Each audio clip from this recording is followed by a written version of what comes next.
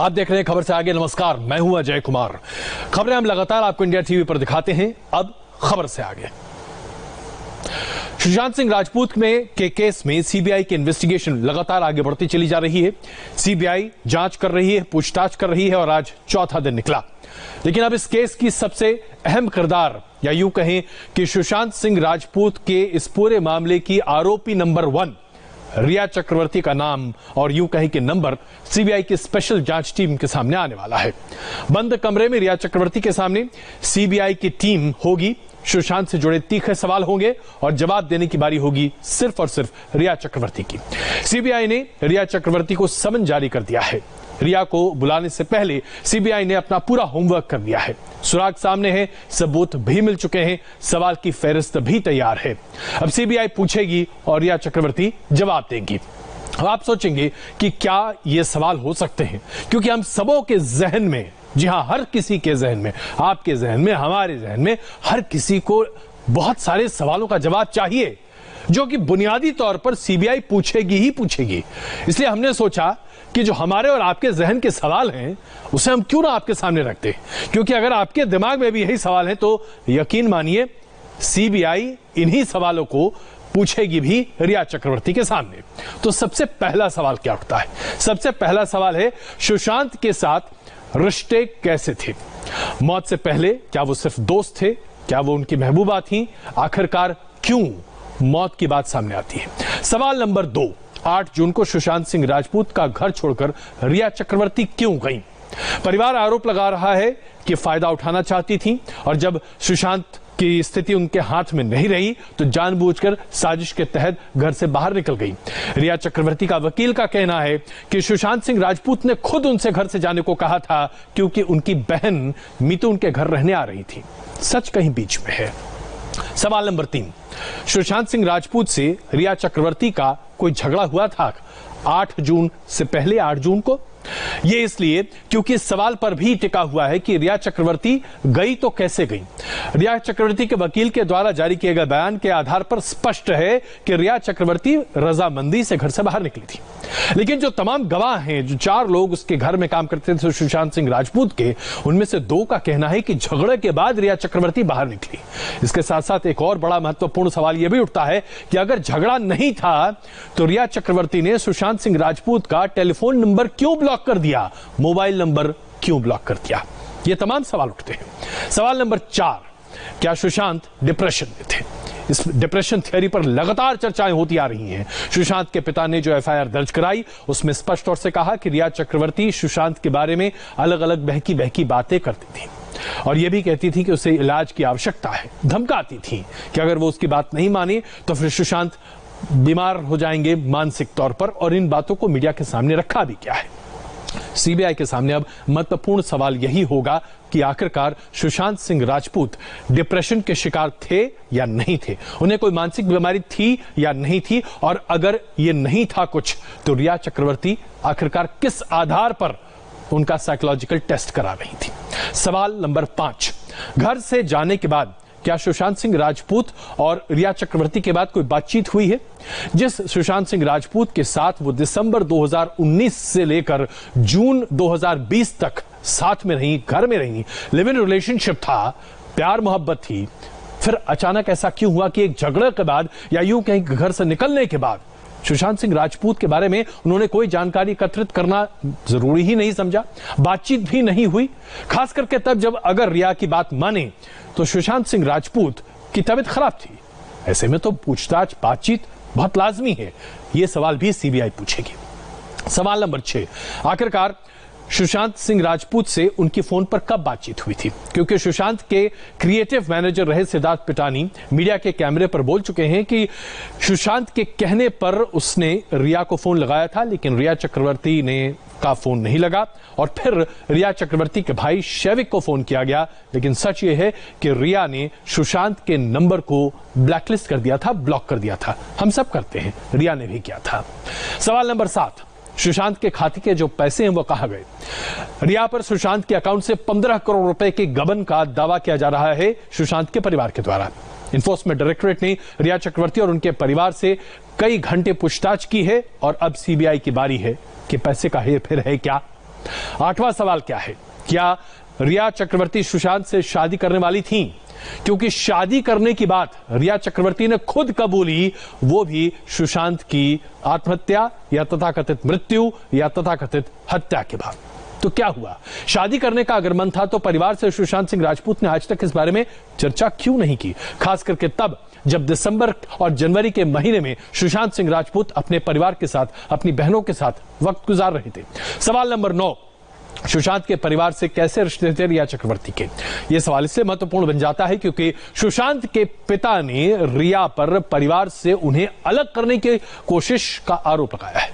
सुशांत के पिता का कहना है कि रिया चक्रवर्ती सुशांत को किसी से नहीं मिलने देती थी और यह बड़ी महत्वपूर्ण बात है। सवाल नंबर 10, यूरोप टूर में शैविक, जो कि रिया चक्रवर्ती का भाई है, उन्हें लेकर रिया चक्रवर्ती क्यों गई? अगर रिया चक्रवर्ती और सुशांत सिंह राजपूत अपनी मनोदिशा को बदलना चाहते थे, वेकेशन मनाना चाहते थे, छुट्टियों पर गए थे, तो फिर दो लोग एक साथ जाते हैं, उसमें भाई का क्या काम? आमतौर पर ऐसा होता नहीं है। सवाल उठेंगे और ये इसलिए भी उठेंगे क्योंकि सुशांत सिंह राजपूत और रिया चक्रवर्ती के बीच एक रोमांटिक रिलेशनशिप था। ऐसे में भाई आमतौर पर तो दिखाई नहीं देता। सवाल नंबर 11, सुशांत को कितने डॉक्टरों से मिलवाया गया? डॉक्टरों को बदलने की वजह इतनी ज्यादा क्यों रही? क्या कोई खास वजह है? सीबीआई सुशांत की लाइफ में रिया चक्रवर्ती के रोल को बारीकी से समझने की कोशिश कर रही है कि आखिरकार रिया चक्रवर्ती ने सुशांत सिंह राजपूत के मानसिक तौर पर बीमार होने की इस पूरी थ्योरी को कैसे गढ़ा? कौन कौन से डॉक्टर थे? डॉक्टरों ने क्या वाकई में सर्टिफाई किया था कि सुशांत सिंह राजपूत मानसिक तौर पर बीमार है? सवाल नंबर 12, सुशांत सिंह राजपूत बीमार थे तो नई कंपनियां कैसे बन रही थी? और इन नई कंपनियों में एड्रेस नवी मुंबई का रखने की क्या औचित्य बनता है? यह सवाल इसलिए भी खड़ा होता है क्योंकि सुशांत सिंह की 2 नई कंपनियों को नवी मुंबई के जिस पते पर रजिस्टर कराया गया, वो फ्लैट रिया चक्रवर्ती के पिता इंद्रजीत चक्रवर्ती के नाम पर है। कंपनियों को सुशांत के एड्रेस के बदले अपने पिता के घर पर एड्रेस देना, क्या यह अपने आप में सही है? और वो भी तब जबकि पैसा सब कुछ सुशांत सिंह राजपूत का लग रहा था। सवाल नंबर 13, और ये 13 अंक बड़ा महत्वपूर्ण है साहब। वाटरस्टोन रिजॉर्ट की पूरी कहानी क्या है? कमरा किसने बुक किया? कमरा कैसे बुक हो रहा था? कितने दिन इस रिजॉर्ट में सुशांत सिंह राजपूत और रिया चक्रवर्ती रहे? जो हीलर की बात कही जा रही है उससे दोबारा मुलाकात क्यों नहीं हुई? ऐसा बताया जा रहा है कि रिया चक्रवर्ती दरअसल इन तमाम सवालों के जवाब तो देंगी ही, इसके साथ साथ उनकी बातों को जो स्टाफ है उनके साथ मिलाकर भी प्रस्तुत किया जाएगा। यानी कुल मिलाकर बहुत सीधे तौर पर देखा जाए तो ऐसा लग रहा है कि रिया चक्रवर्ती जैसे ही सीबीआई के सामने प्रस्तुत होंगी, उनके पास जवाब तो होंगे, लेकिन क्या वो काफी होंगे उन सवालों के लिए जो हम आम लोगों के जहन में हैं? आपके जहन में है, मेरे जहन में है, सीबीआई के जहन में भी है। अब आपको दिखाते हैं कि कैसे यूरोप टूर में इलाज करने की बात और उसके बाद महेश भट्ट से बातचीत करने के बाद रिया को सब कुछ बेबाकी से बताना होगा, ये सब तो तय है। लेकिन इसके साथ साथ सुशांत की इस पूरे मामले में सीबीआई की टीम अब वहां जो सबूत तलाश रही है उसके आधार पर सबसे बड़ी कहानी का एक केंद्र बन रहा है वाटरस्टोन रिजॉर्ट। इस रिजॉर्ट में दरअसल सुशांत सिंह राजपूत और रिया चक्रवर्ती कितने दिन रहे? क्या क्या हुआ? 3 लाख रुपए तक का बिल आया है एक रिजॉर्ट में। जाहिर सी बात है 1-2 दिन से 3 लाख का बिल नहीं आता, तो फिर वहां क्यों रह रहे थे सुशांत सिंह राजपूत जब मुंबई में उनका खुद का घर था? रिया चक्रवर्ती को इसका भी जवाब देना होगा। मुंबई का वही वाटरस्टोन रिजॉर्ट है जहां सुशांत को बंधक बनाकर रखने का आरोप रिया पर लगाया गया है। के पिता ने आरोप लगाया है कि यूरोप टूर से लौटने के बाद रिया ने सुशांत को इसी रिजॉर्ट में कैद करके रखा। आज सीबीआई की टीम दोबारा वाटरस्टोन रिजॉर्ट पहुंची। एसआईटी के 2 ऑफिसर ने रिजॉर्ट के मैनेजर से पूछताछ की। सुशांत केस की तफ्तीश में वाटरस्टोन रिजॉर्ट से भी कई सुराग मिलने वाले हैं, क्योंकि वाटरस्टोन रिजॉर्ट वही जगह है जहां पर 2019 के आखिरी महीनों में सुशांत सिंह राजपूत की स्पिरिचुअल हीलिंग की गई थी। सीबीआई को वाटरस्टोन की तरफ से कई जरूरी जानकारियां लिखित में दी गई हैं। इसके अलावा सीबीआई ने कई अहम दस्तावेज भी मांगे हैं, जिसे जल्द ही रिजॉर्ट का मैनेजमेंट मुहैया कराएगा। यूरोप टूर से आने के बाद नवंबर 2019 में रिया सुशांत को इसी रिजॉर्ट में रहने के लिए लेकर आई थी। रिजॉर्ट के किराए का बिल भी बाकायदा सुशांत के बैंक अकाउंट से ट्रांसफर किया गया था। वाटरस्टोन रिजॉर्ट के रेंट के तौर पर सुशांत के खाते से 2,81,627 रुपए चुकाए गए हैं। सुशांत के बैंक स्टेटमेंट में ट्रांजैक्शन की तारीख 26 नवंबर 2019 की है। यानी ये दावा तो सच साबित होता है कि यूरोप टूर के बाद रिया और सुशांत मुंबई के वाटरस्टोन रिजॉर्ट में रहने आए थे।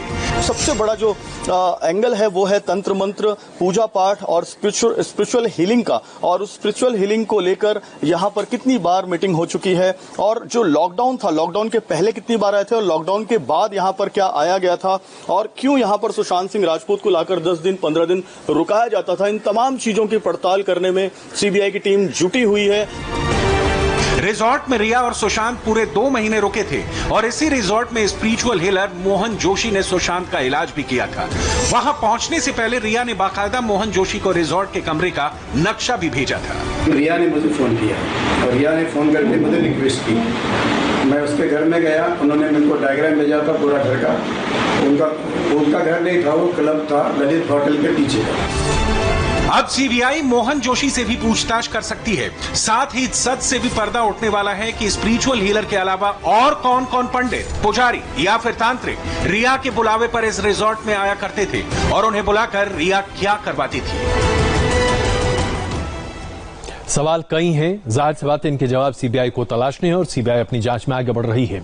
सुशांत सिंह राजपूत के आखिरी 6 दिनों की कहानी, यानी कि 8 जून से लेकर 14 जून तक की कहानी अपने आप में सबसे महत्वपूर्ण है सीबीआई के लिए, क्योंकि इसी के आधार पर पता चलेगा कि दरअसल क्या हुआ।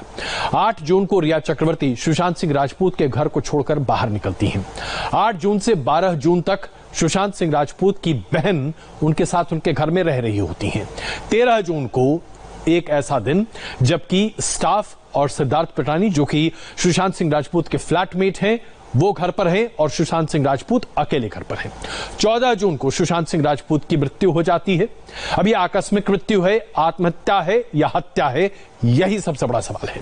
इन 6 दिनों में क्या हुआ, ये सीबीआई को तलाशना अपने आप में आवश्यक है। अगले कुछ घंटे रिया चक्रवर्ती पर भारी इसलिए भी पड़ने वाले हैं क्योंकि रिया चक्रवर्ती के सामने इन तमाम सवालों के जवाब तैयार करने की एक बहुत बड़ी जिम्मेदारी है।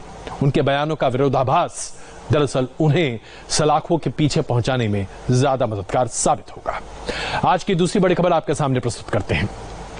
भारत के चीफ ऑफ आर्मी स्टाफ और जनरल बिपिन रावत ने स्पष्ट शब्दों में कहा है कि चीन ने अगर प्यार और समझौते के साथ भारतीय जमीन को जो अपने कब्जे में लिया है उसे वापस अपने पैर घसीट ले और वहां पर चला जाए जहां वो अप्रैल के पहले था, तब तो बात ठीक है, नहीं तो बात प्यार से नहीं बनी तो अब गोली से चलेगी।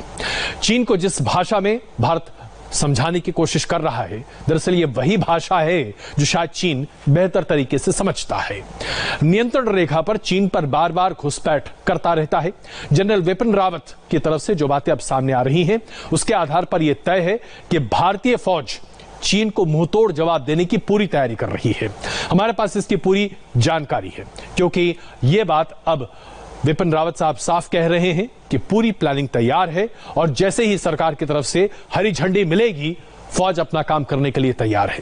इसमें गौर करने वाली बात यह है कि आने वाले दिन दरअसल भारतीय फौज के लिए मुश्किल वाले होंगे, क्योंकि सितंबर के आखिरी हफ्तों तक या अक्टूबर के पहले हफ्ते तक बर्फ पड़ने लगती है। अगर आप नियंत्रण रेखा पर जो लाइन ऑफ एक्चुअल कंट्रोल है उसे लेकर चीन के साथ बातचीत की बात करें तो बीते 10 बातचीत असफल रहे हैं। ऐसे में भारत सरकार या यूं कहें कि भारतीय सेना सैनिक विकल्प पर पूरी तरीके से विचार कर रही है। घुसपैठ के लिए भी सरकार अब सजग है और उसे लेकर भी शांतिपूर्ण तरीके से अपने स्तर पर प्रयास करती रही है, लेकिन बातचीत से अभी तक कोई रास्ता दिख नहीं रहा है।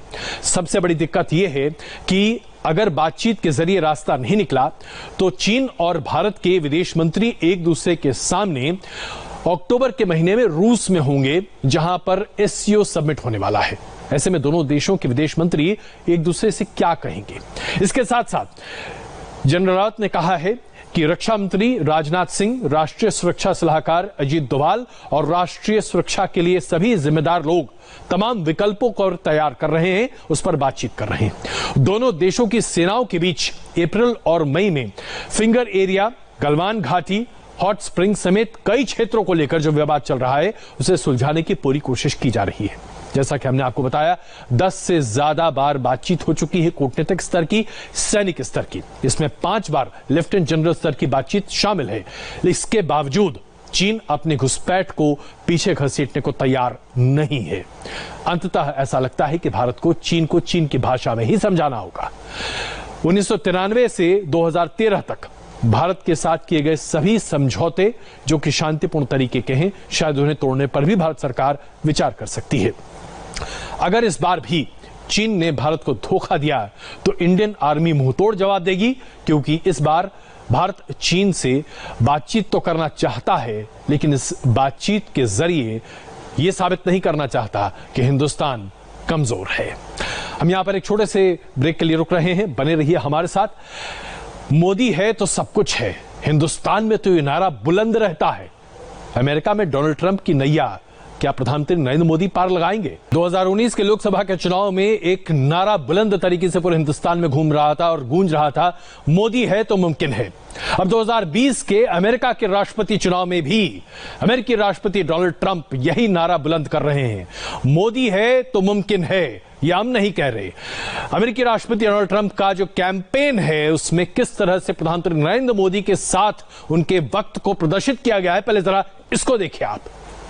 To your family in 2017 and today I have the honor to introduce you to my family.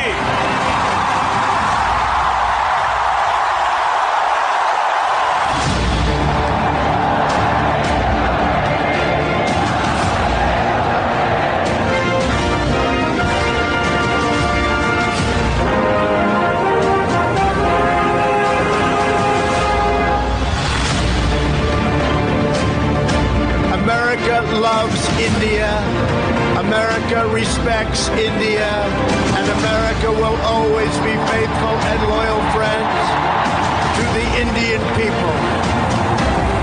We have come to know the splendor of the 4 million Indian Americans. They are truly spectacular people. Thank you all. और ये नमस्ते India, नमस्ते Trump का वो video और उसके साथ साथ हाउडी मोदी का वीडियो इस्तेमाल किया जा रहा है डोनाल्ड ट्रंप के कैंपेन वीडियो में, जो उन्होंने रिलीज किया है बड़े पैमाने पर। वहां पर अप्रवासी भारतीय जो रहते हैं, जिनकी संख्या तकरीबन 20 लाख वोटर हैं, उन्हें अपनी तरफ आकर्षित करने के लिए डोनाल्ड ट्रंप प्रधानमंत्री नरेंद्र मोदी का पूरा इस्तेमाल कर रहे हैं, उनकी दोस्ती का वो खूबी दिखा रहे हैं। और सबसे बड़ी बात तो यह है कि यह पहला मौका नहीं है। 2016 में भी डोनाल्ड ट्रंप ने प्रधानमंत्री नरेंद्र मोदी का बखूबी इस्तेमाल किया था अपने कैंपेन में। यानी कि सिर्फ हिंदुस्तान में नहीं, अमेरिका में भी मोदी है तो मुमकिन है।